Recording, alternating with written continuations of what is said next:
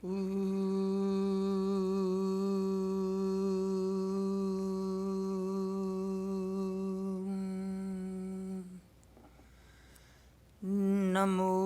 Namo Buddha Divakaraya. Namo Namo Gautama Chandrikaya.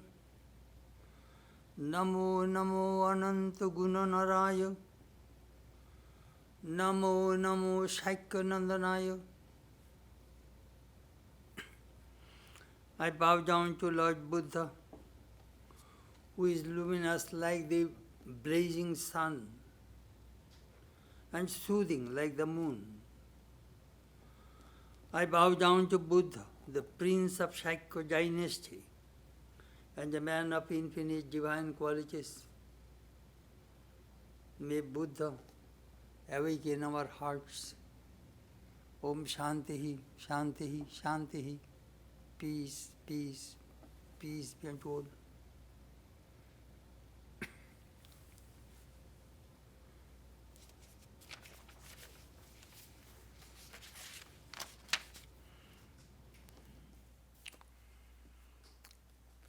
This morning our subject is Buddha and his teachings, part 26, which is a series of talks based on Dhammapada, the most popular scripture in Buddhism.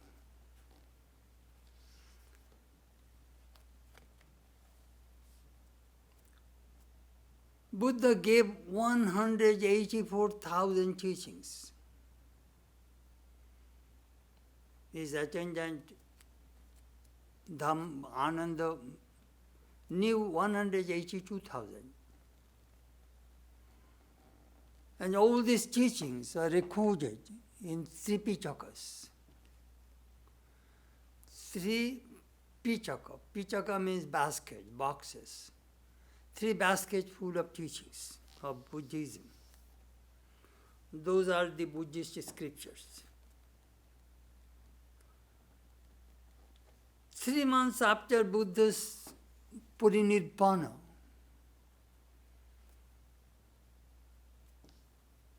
a convention was arranged by King Ajatasattu at Saptapurni cave in Rajagriha under the leadership of Mahakashyapa, one of the main disciples of Lord Buddha. So the monks and various disciples came and narrated what they have heard and what they have learned from Buddha. And those teachings are recorded during that convention. And that is the way Buddhist scripture developed.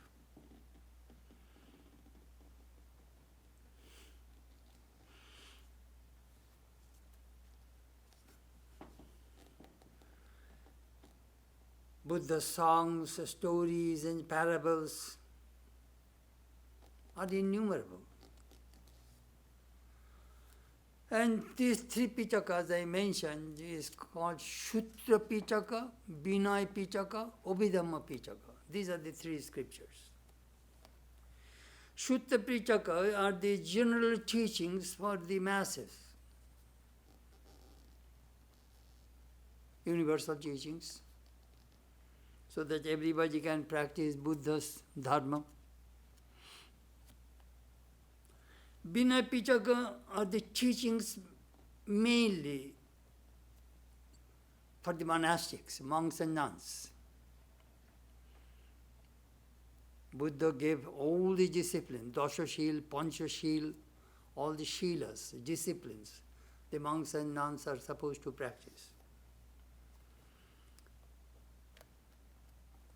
100 years after Buddha's passing away, that Vinaya Pitaka was divided into 5 categories. Then Abhidhamma Pitaka, from the Dharma, Sutta Pitaka and Abhidhamma Pitaka came from Dharma, general teachings of Buddha. And they analyze the deeper meaning of Buddha's teachings, and that is the way they divided Sutta Pitaka and Abhidharma Pitaka. Deep teachings and subtle meanings of Buddha's teachings. What does it mean? What he meant? That is the way they discussed and divided again in two categories. After 250 years after Buddha's passing away, Emperor Ashoka, arranged the third convention in Pataliputra, which is near Patna, under the leadership of Modgaliputta Tisha. At this convention, Abhidharma Pitaka developed in large scale. They spread Buddha's teachings in various parts of the world and introduced the philanthropic activities. As you know, those two famous words of Buddha, Bahujana Hitaya, Bahujana Sukhaya. The monks lead the life for the good of many, for the welfare of all. Swami Vivekananda also took those words, Bahujana Hitaya, Bahujana Sukhaya, for the good of many, for the welfare of all. Lead your life. In 250 BC, during the time of King Ashoka, 2/3 population of the world are Buddhists.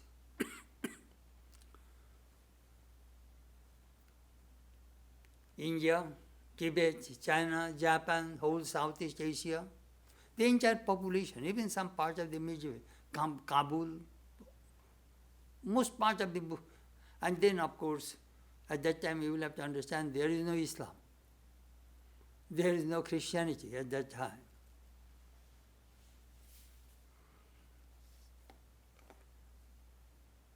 At that time, 250 BC, we don't know much about Europe and America.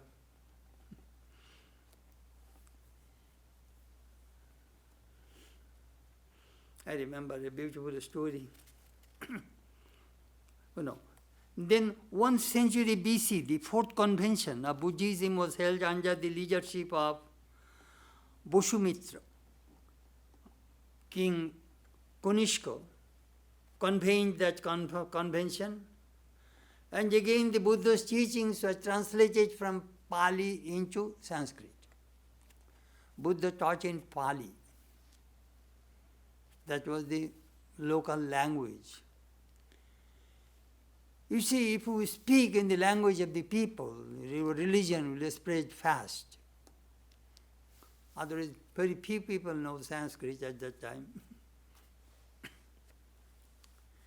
Anyhow, when Buddha was at deathbed, Aniruddha came and said to Ananda, his attendant, you know, Buddha will depart from this world very soon. We have a few questions. So Ananda reported to Buddha. Buddha said, please come and ask me your questions. My first question is, when you depart from this world, we shall have to introduce your teachings. How should we introduce them? Buddha said, these 4 words, use it. Thus I have heard. Ami erup shunechi. This is the way most of the Buddhist scriptures you will find, thus I have heard, or thus have I heard. Very interesting. What is the second question? Our second question is, we have no guru when we will depart. Who will teach us? You see, in Buddhism, there is no guru. Buddha said, my Vinaya, that Vinaya Pitaka, here I set the rules for the monastics. They will teach you. What is the third question?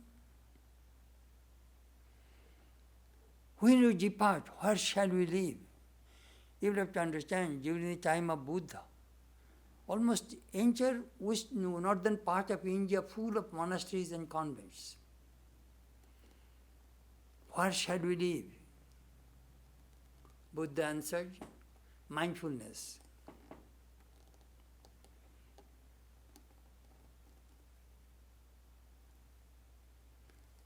What is the fourth question?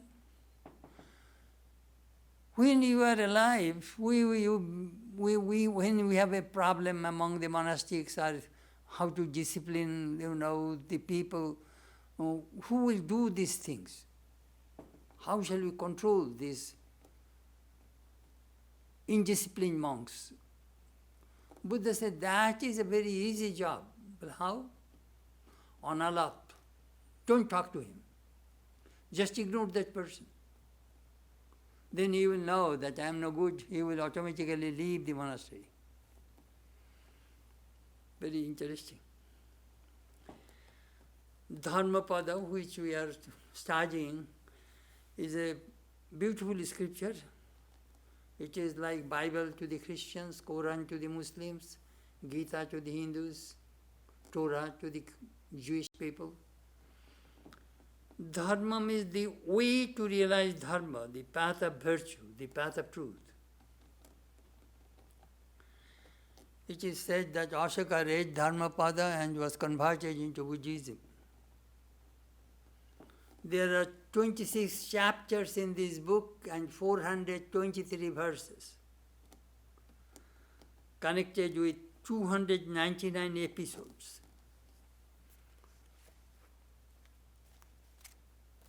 I am just trying to give you a little biographic, a little background of this scripture. The chapter we are going to study is called Dondo Baggo. Work and punishment. Buddha is a great believer of karma, law of karma. Karma, each karma will bear a result. Be good and do good. That was the main teaching of Bhagavan Buddha. Be good and do good. That indicates the moral and ethical aspects of human life. Swami Vivekananda mentioned Buddha taught the moral and ethical aspects of Vedanta. Ahimsa. Hatred cannot be conquered by hatred. Hatred can be conquered by love. This is the eternal law. And that is the golden rule of Buddhism. Many of the teachings of Buddha are similar. We find in the Mahabharata, in the Puranas, and in the Hitopadesha. Pap, punya. Sin and virtuous deeds. Virtue and vice. If you do virtuous deeds, you will be rewarded. And if you do something wrong, you will be punished. Swami Vivekananda wrote a stanza in the Song of the Sannyasin. It is a beautiful way Swamiji described. Who sows must reap. Cause must bring the sure effect. Good, good, bad, bad. And none escape the law. But whoso wears the form must wear the chain. True, true. But far beyond both name and form is the Atman, ever free. Know thou art that. Sannyasin bold. Say Om Tat Sat Om.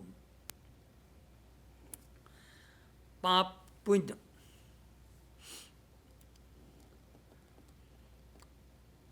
In Hitopadesha we read, if you do excessive bad things in your life, you will get the result very quickly.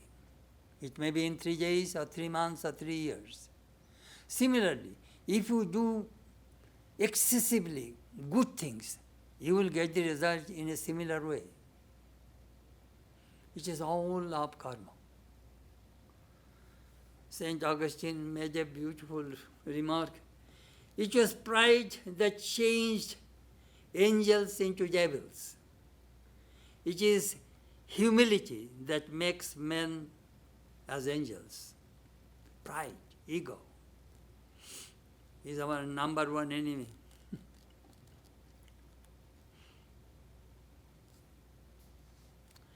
In the Brihadaranyaka Upanishad also we find Jatha kari, jatha chari, tatha bhavoti, sadhu kari, sadhu bhavoti, papa kari, papa bhavoti, punya punyena karmana bhavoti, papa papena. A person becomes what he does, and what he thinks, and what he deals with others. It is all of karma. If you do good, you will be good. That is the way Swamiji defined character. Whatever you do, whatever you think, they leave some impressions in the mind. Those impressions form the habit, and the habit forms character. That is that is a very beautiful way we can explain what character is. How can we change your character?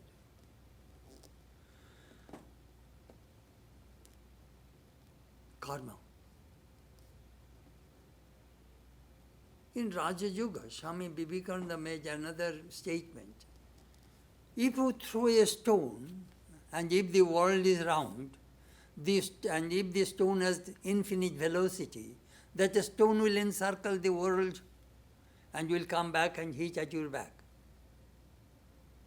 The thing which you have projected, that thing will come back to you.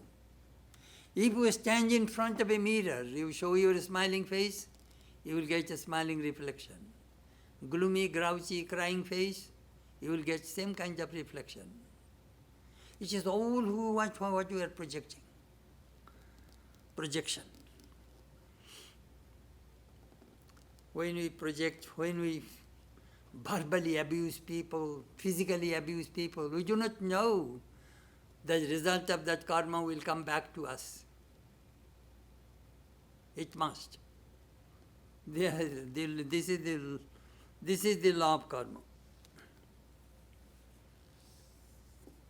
In Manu Samhita we read, Sukham mi avamata shete sukham chapati buddhate sukham icharati loke avamanta vinashati.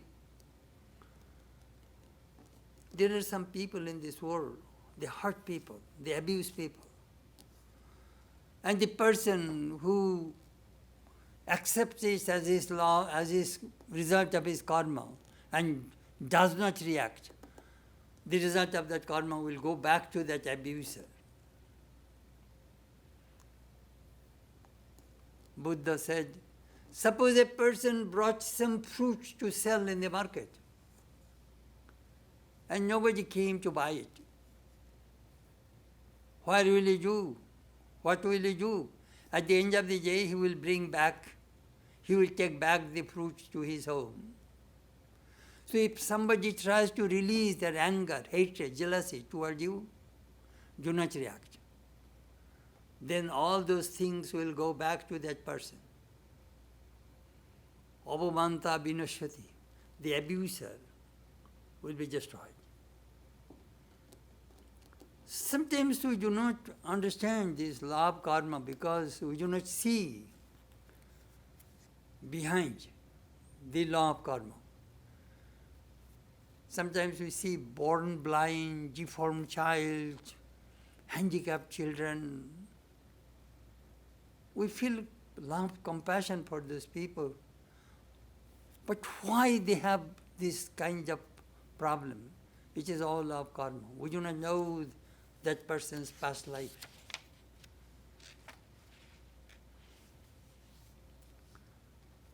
Buddha mentioned in in Dhammapada, do you know what?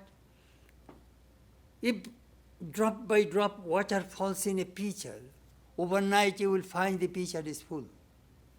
Similarly, every day if you do a little bit good karma, small amount of karma, it accumulates and you will see that your whole mind is full of virtue. And vice versa. Bad karma also, your mind will be filled up and will make you bad. This is all of karma that we learned from Buddha's teachings. Buddha further mentioned that suppose you have returned from a distant country for many years, your friends and relatives will wait for you. They will go to the airport to receive you. They will be overjoyed to receive you. Similarly, your good karma, whole life you do all good karma, at the time of death, those results of those good karma will receive you like friends and relatives. Come, ehi. These are the teachings of Lord Buddha. Religion is in the mind.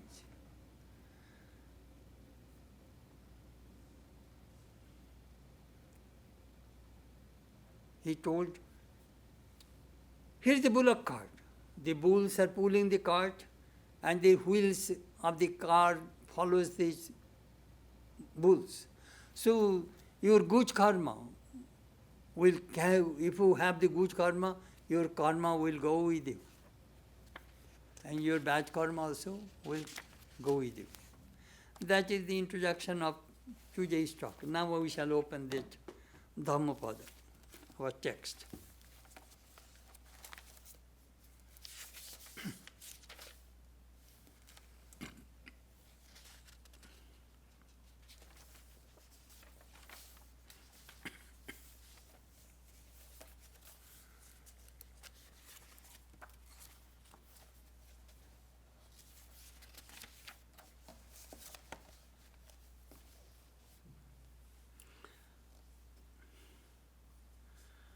Verse 137, 140. I shall not read the Pali, it will not make sense to you.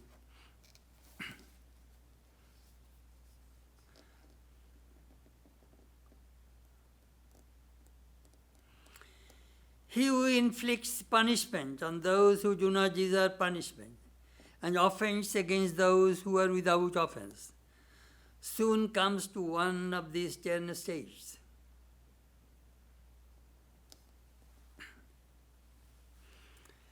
He may have cruel suffering, loss of wealth, injury of the body, heavy affliction, dread diseases, or loss of mind, or a misfortune proceeding from the king, or a fearful accusation, loss of relations, or destruction of treasures, or lightning fire burns his houses, and when his body is dissolved, the fool goes to hell. These are the 4 verses. But behind these 4 verses, 4 teachings of Buddha, there is a history.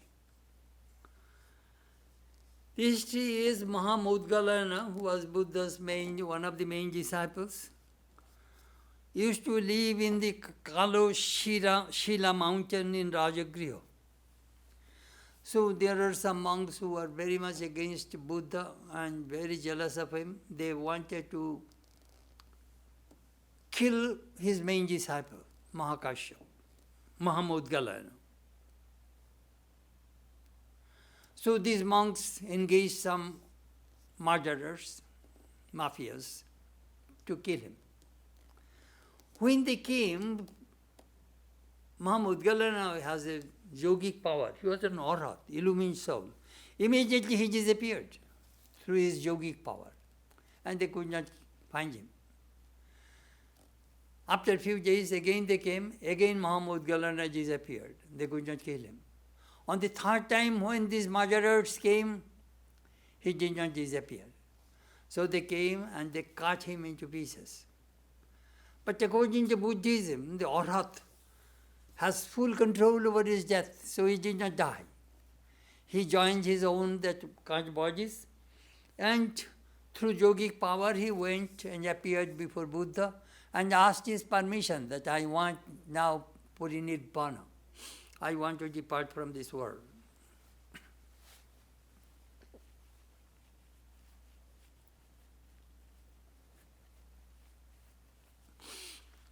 Buddha gave him permission. So again he came back to his Mahashila mountain in Rajagriha and gave up his body. So King Ajatasattu came about, know about it. He engaged his spies and they found out the culprits, the monks and the people, those who killed this great saint, and all are punished. In that connection, Buddha told these 4 verses. He said, those who kill these innocent people, they will encounter these 10 kinds of mishaps, destructions in their lives. Very interesting. That, you think that nobody is seeing that what you are doing. You cannot hide anything from the eyes of God. Those who inflict achieve punishment on those who do not deserve punishment, and offense against those who are without offense, soon comes to one of the 10 stages, Buddha said. First he says, what will happen? He may have cruel suffering. Cruel suffering means maybe he may, an accident, he may lose one of his legs or head injury, something. Second, loss of wealth. Loss of wealth.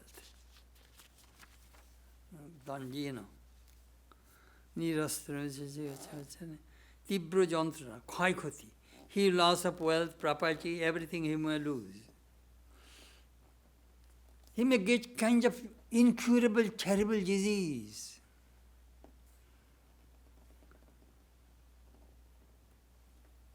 Or he may get loss of mind, Alzheimer's disease.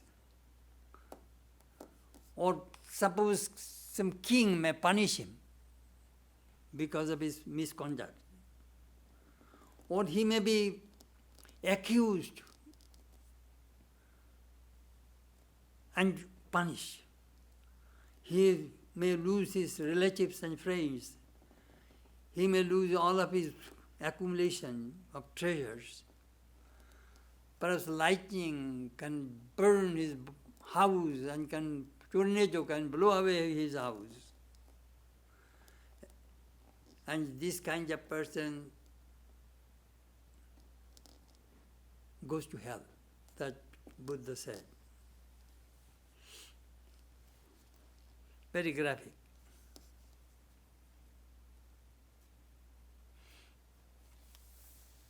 How you murder, killing others, what will happen?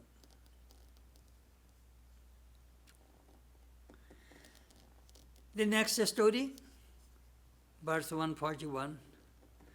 In Jetavana, a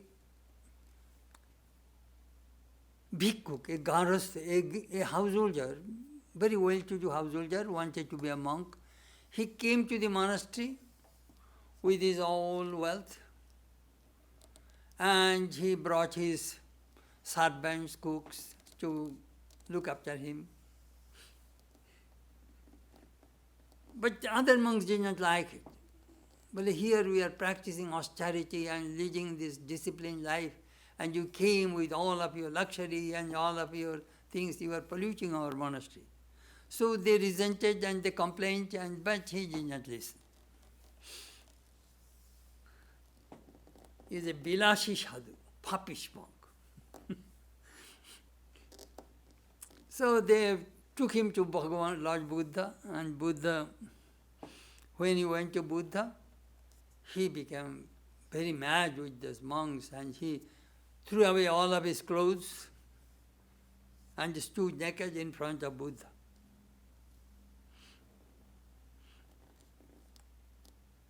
Then Buddha told that monk, Not nakedness, not matted hair, not dirt, literally mud, not fasting, not lying on the ground, not rubbing with ashes, literally dust, not sitting motionless, purify, a mortal who is not free from doubt.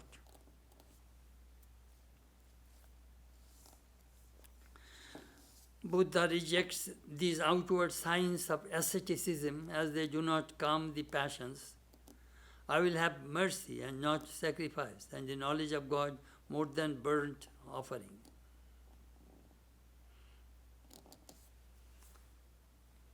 Very interesting.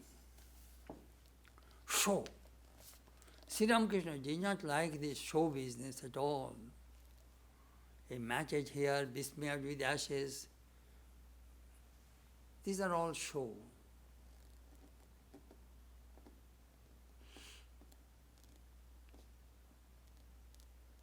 Sri Ramakrishna did not use ochre cloth, being a monk. A thin red border dhoti. Of course, few times on his birthday, some devotees gave him ochre cloth, but generally he did not use any of those signs of a monk. No matted hair, no big beard.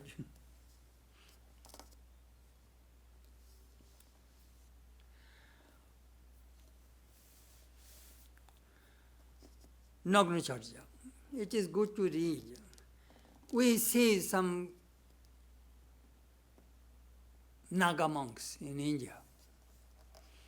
I shall tell you a little story how the Naga monks came into existence. During the time of King Akbar, these Muslims are torturing the Hindus, especially the monks.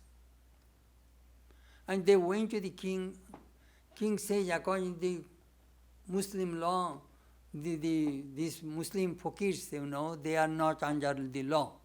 They can do anything they like. So you are monks, so you will not be under the law, you follow your method. So they become Naga Sannyasi, the militant monk. When they will attack, Hindu monks will attack. That is the way these Naga Sannyasis started.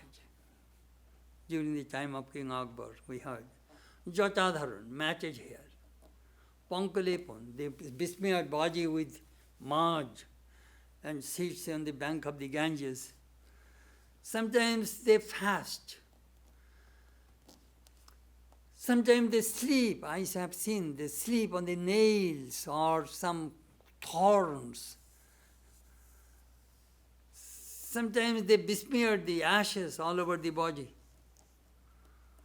Or standing on one leg, practicing various kinds of austerity.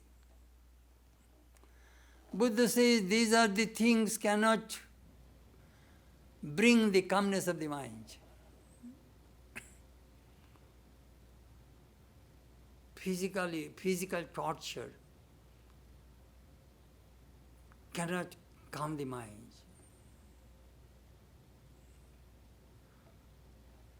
Buddha followed the middle path, as I told you the other day.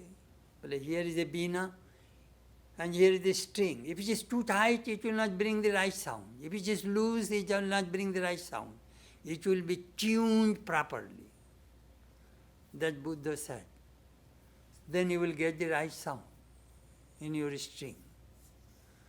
Similarly, too much austerity, your mind will be on the body. If you have a spasm in your stomach, you are fasting, you cannot concentrate on God. Sri Ramakrishna used to tell his disciples that, he told Hriday that when you are going to Durga Puja, first drink some sharbat. Cool your system first, and then you do the puja. Otherwise your mind will not go to God with your mantra. Very practical. Fasting will not help you to realize God.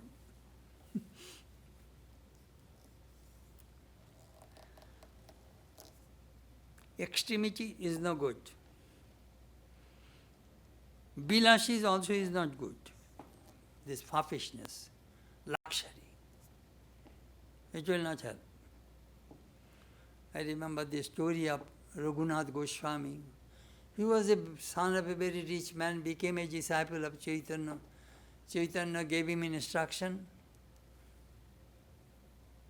Gramma varta na koibe, gramma gata na shunibe, bhalo na khaibe ar bhalo na puribe, amani manot Krishna naam sadalabe, Brje Radha Krishna seva manusha koribe. You are a rich person. I am giving you this first preliminary instruction. Don't talk about worldly things. Don't listen to the worldly things. Do not seek good food, good comfort, good clothing. Be humble. Chant God's name and just stay in a holy place. This is my preliminary instruction to you. So when he became a monk, renounced and came to Puri, his parents sent cook, money to look after him. But Chaitanya did not allow it. He did not like it. So he gave up everything. Then he used to bake food. Then even, he just tremendous austerity practice. Austerity. When I was reading this verse, I was thinking about myself. Luxury.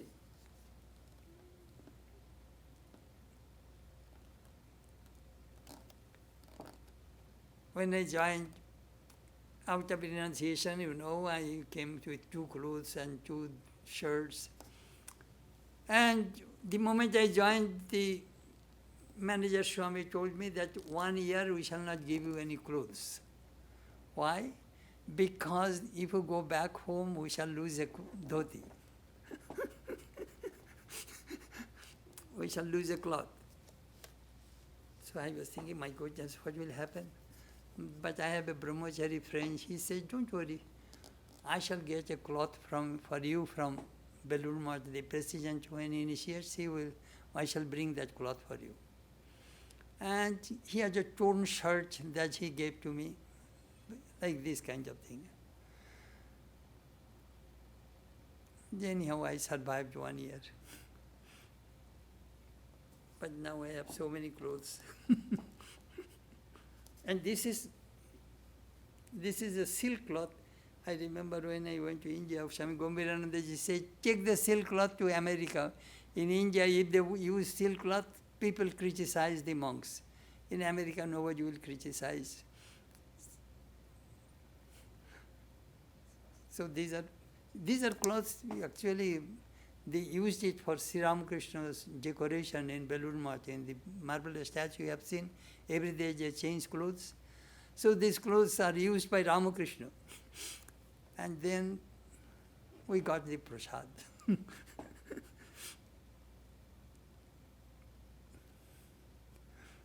Very funny.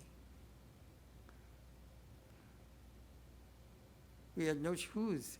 I remember I bought a pair of sandals with 4 annas from near Shialda footpath. That sandal is made from car tires. The tire of your car, they cut it and make a sandal, 4 annas with a nail. Oof. I used to say that even the thieves will not steal my shoes, my sandal. Sometimes the feet would cut with the nail. Now I have bought a slipper. Anyhow, when I was listening, I was reading these things that luxurious, popish monks, what I had, what I am now. But then when I remember, when I came to Hollywood, Prabhu Anandaji told me, go to a conservative shop and buy very good clothes. In America, if you go to the high-ranking society, you will have to need good clothes. It was very practical. Anyhow, when I was reading this verse, and I was thinking about myself. There is another story we find in Theravada Buddhism. Shumagada was a great devotee of Buddha. And one day, after his marriage, he was the daughter-in-law of Anath Pinjada, another disciple of Buddha. Some Jain Digambar monks, naked monks, came to visit. So her mother-in-law says, look, receive those monks. So she went and found, oh my goodness, what are these monks? A number of naked friars were assembled at the house of the daughter of Anath Pinjara. She called her daughter-in-law Shumagada and said, go and see those highly respectable persons. Shumagada, expecting to see some of the saints of Shariputra, Maudgalayana, and others, ran out full of joy. But when she saw these prayers means monks, with their hair like pigeon wings, covered by nothing but dirt, offensive and looking like demons, she became sad. Why are you sad? Said her mother-in-law. Shumagada replied, oh mother, if these are saints, what must sinners be like? And he did not like it. But then show me your monks. Then she prayed to Buddha, and Buddha came with his disciples and gave vision to them. Anyhow, it is a beautiful story in Theravada Buddhism.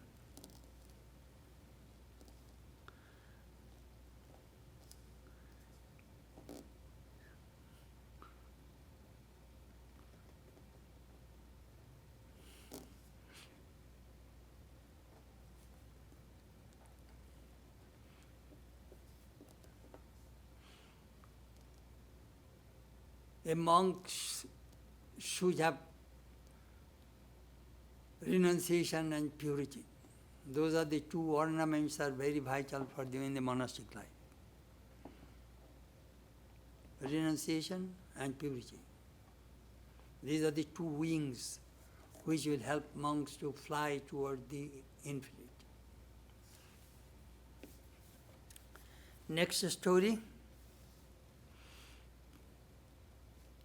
142. He who, though adorned, dressed in fine clothes, fosters the serene mind, is calm, controlled, is established in the Buddhist way of life, is chaste, and has ceased to endure all other beings, is indeed a Brahmin, an ascetic, shamana, a friar, a bhikshu. Behind these teachings, there is a story. Shantati was the main minister of King Prosenjit. He was a very noble soul. And one day, one of the entertainers, a dancing girl, was singing and dancing and entertaining people. All of a sudden, she fell and died. Sangati, the minister, was very sad, broken-hearted that such a person died. How come? So he was thinking about death and life, and he had no peace of mind. So he went with his good fancy clothing, went to Buddha for peace.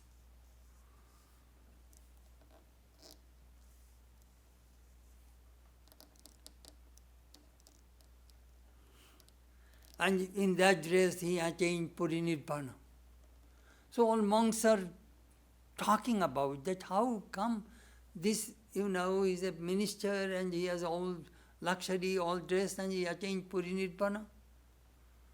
Then Buddha gave the teachings that it is not the dress, it is the mind that becomes a monk. A dress does not, ochre cloth does not mean anything. There is a saying in our language, Monna rangiye, boson rangiye, kibul korili yogi. Oh yogi, what a great mistake you have made. Without dyeing the mind, you have dyed the clothes only. Sometimes we find some people with ochre cloth do all kinds of bad things in the society, immoral activities. Sometimes we see that householders with normal clothes, without taking any vows, they are leading moral, ethical, spiritual life. It does not depend upon the clothes. It does not depend upon your situation. It depends upon your mind, your way of life. That Buddha said. He who, though adorned, dressed in fine clothes, fostered the serene mind, is calm, controlled, is established in the Buddhist way of life, is chaste, and has ceased to injure all other beings. He indeed is a Brahmin, an ascetic, a friar.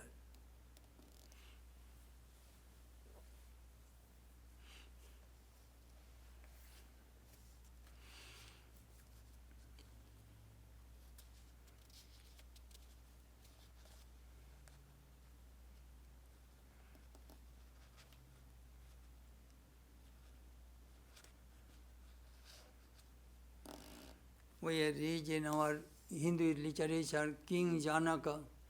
He was the king, managed the kingdom. At the same time, he was a Nwara Brahman. He talked only about Brahman.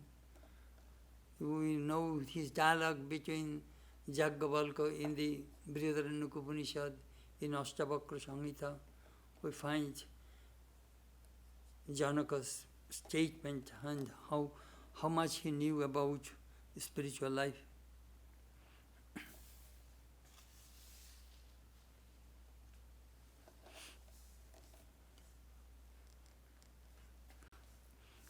One day somebody came and asked Swamiji, I see you are enjoying very good food. Swamiji, why not?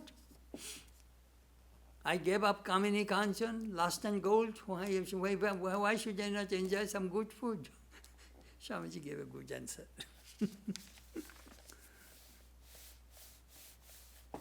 Sometimes seeing outside, we cannot judge that person. We should not judge.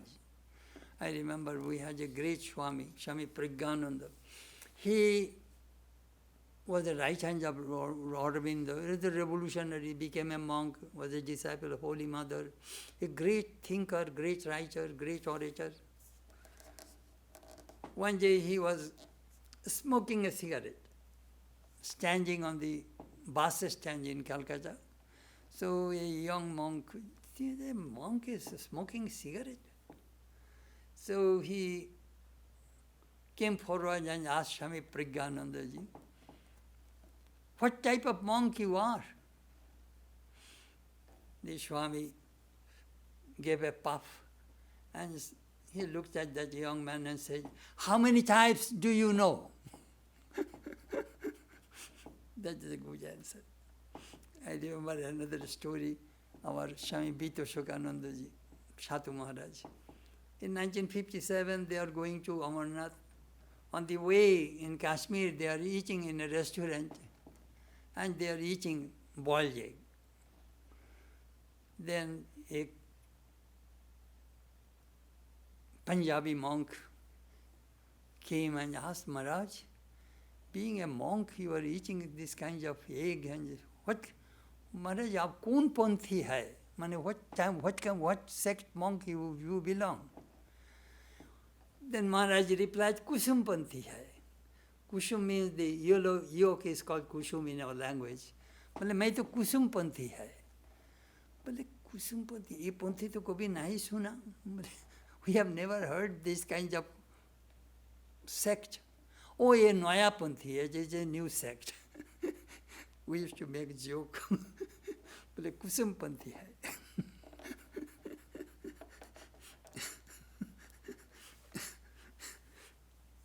It is not the food. As Sri Ramakrishna said, eating pork, if a person thinks of God, he is better than the person who eats vegetarian food and hates others. Sri Ramakrishna said in the Gospel.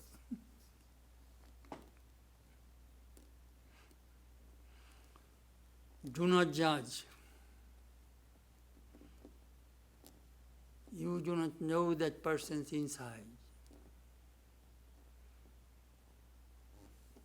some people are very judgmental.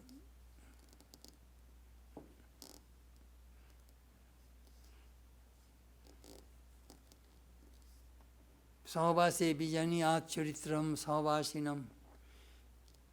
If you want to judge a person, you must live with that person. Then you can judge. That's great saying I just tell you.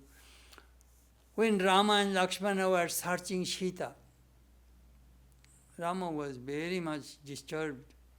He found a crane near the lake Pampa. Very calm, serene. So Rama was telling Lakshmana, Lakshmana, look, that crane is so calm, serene. And look at my mind, so disturbed, restless, full of grief.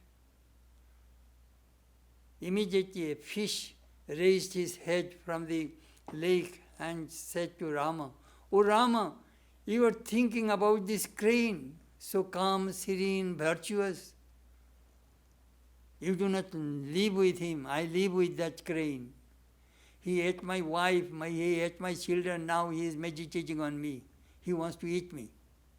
And you are telling, this crane is a very holy and very serene, calm, all these things." Then he says, Savase vijaniyat charitram savasinam. You can judge a person's character only when you live with that person. We sometimes judge people very quickly. Oh, you do not know that person.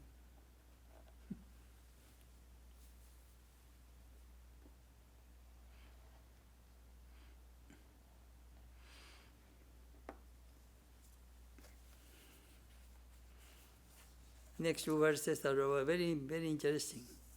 Is there in the world any man so restrained by modesty that he avoids censure as a well-trained horse avoids the whip? Like a well-trained horse, when charged by a whip, be strenuous and swift, and you will, by faith, by virtue, by energy, by meditation, by discernment of the law, by discernment of the law, put aside this great sorrow of earthly existence, endowed with knowledge and good behavior and mindfulness. Let me explain to you what it means. The story behind this teaching. Ananda initiated a young boy into monastic life. And the bhikshu, that young boy, was practicing spiritual disciplines wholeheartedly. And he was eating very good food, and he developed a very strong body. But he could not stay in the monastery. Again he returned home, because his secret desire inside. I heard in Thailand, the men become mendicants, again go back and get married, again they come to the monastery, again they go back. In this they go back and forth. In Thailand, I heard that. So this young man also came to the monastery, again went to home, again came. Several times he did this way. Then he decided. He checked both world, monastic life, householder's life.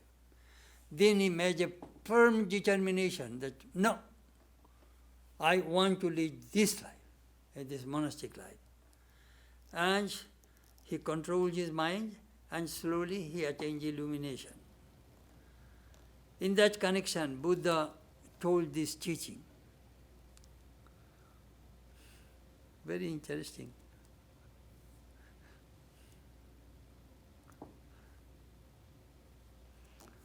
Obhijato ghoda, very well trained, good horse. When that horse is engaged in the carriage, it runs.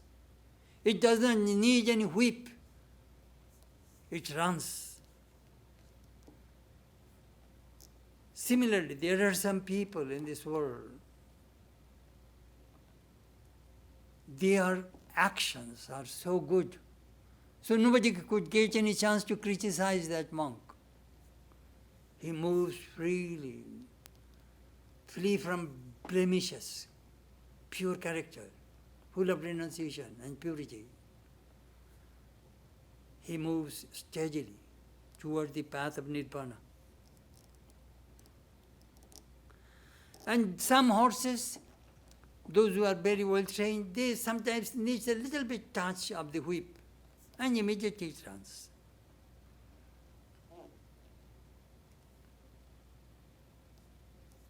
So Buddha says, listen, use your enthusiasm, be active, Shraddha, have faith, shil, disciplines, virtue, strength, dhyan, meditation, vichar, discrimination, and sadachar, good conduct.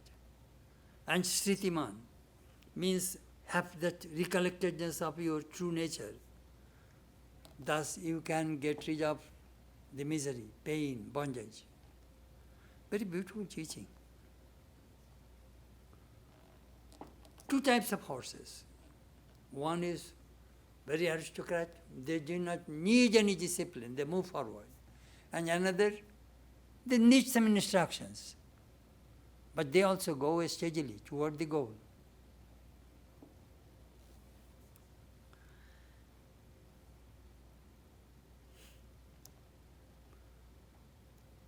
There are various kinds of disciples. The first kind of disciple, highest, they can study Guru's mind. And before Guru asks anything, he brings that thing to the Guru. They are first class. Second class disciple, Guru asks something and disciple brings. And the third class of disciple, Guru says something, disciple does not obey. Disciples go or does something different. In this connection, we remember the analogy of the chariot in the Katha Upanishad. Atman is the passenger. The buddhi, intellect, is the driver. Mind is the reins. Horses are the senses. If the horses are disciplined, it will go to the right direction and to the goal. If the horses are not disciplined, they may create an accident, it can overturn the carriage. It means that first control the senses, discipline yourself. That we find in Buddhism again and again. Discipline, discipline, discipline. Practice makes a person perfect. Practice religion. Train your mind. In Buddhism, quite often you will hear that one, mindfulness, mindfulness, mindfulness.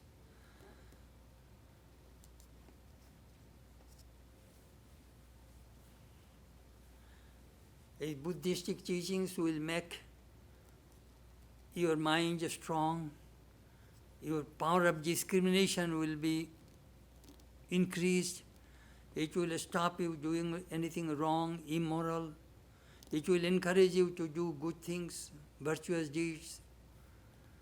But these kind of people are very less.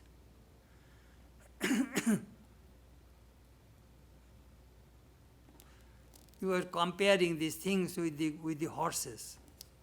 It is a simile.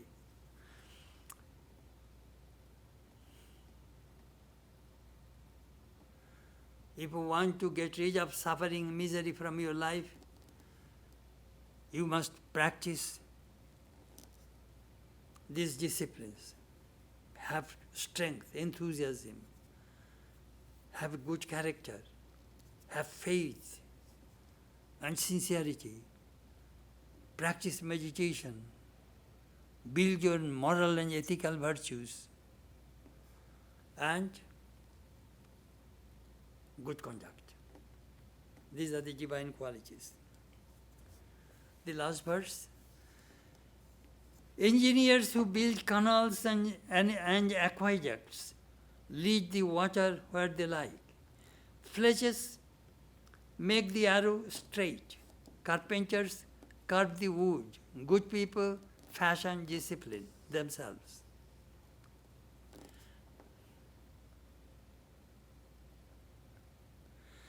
Shariputra has a disciple named Shuk.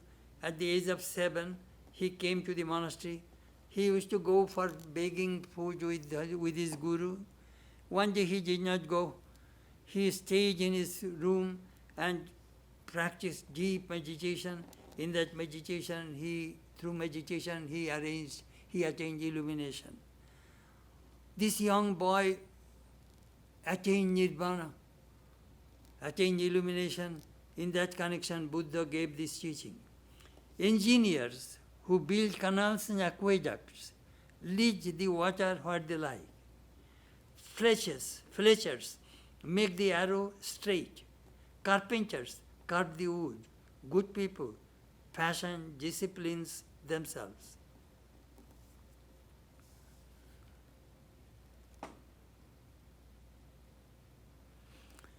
What he is talking, sometimes saying, I want to be a monk, I want to be a monk, I want to be spiritual, I want to be spiritual. That way you cannot be spiritual.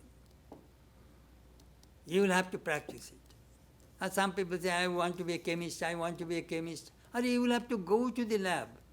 You will have to mix all these chemicals and then you will be a chemist. Lying down in bed, if you say, I want to realize God, I want to realize God, it will not work. I used to teach an American devotee in California. You want to realize God lying down on lazy boy chair, reclining on lazy boy chair, drinking coffee, smoking cigarette, watching television, that is the way you want to realize God. But that is true, Swami.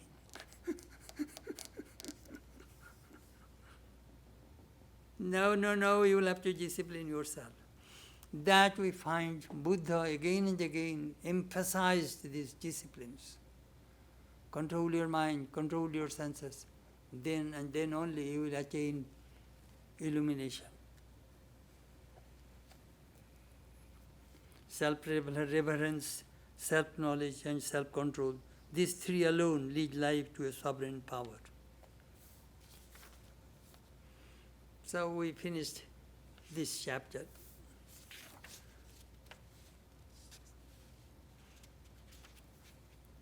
Danja punishment.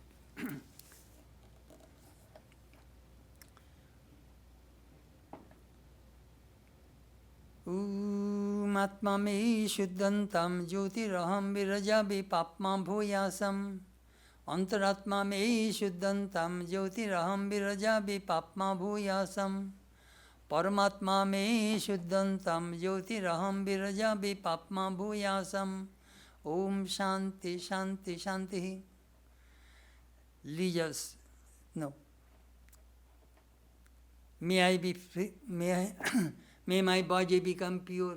May I be free from impurities and ignorance. May I realize myself as the light divine. May my mind become pure. May I be free from impurities and ignorance. May I realize myself as the light divine. May my soul become pure. May I be free from impurities and ignorance. May I realize myself as the light divine. Om Shanti, Shanti, Shanti. Peace, peace, peace be and whole.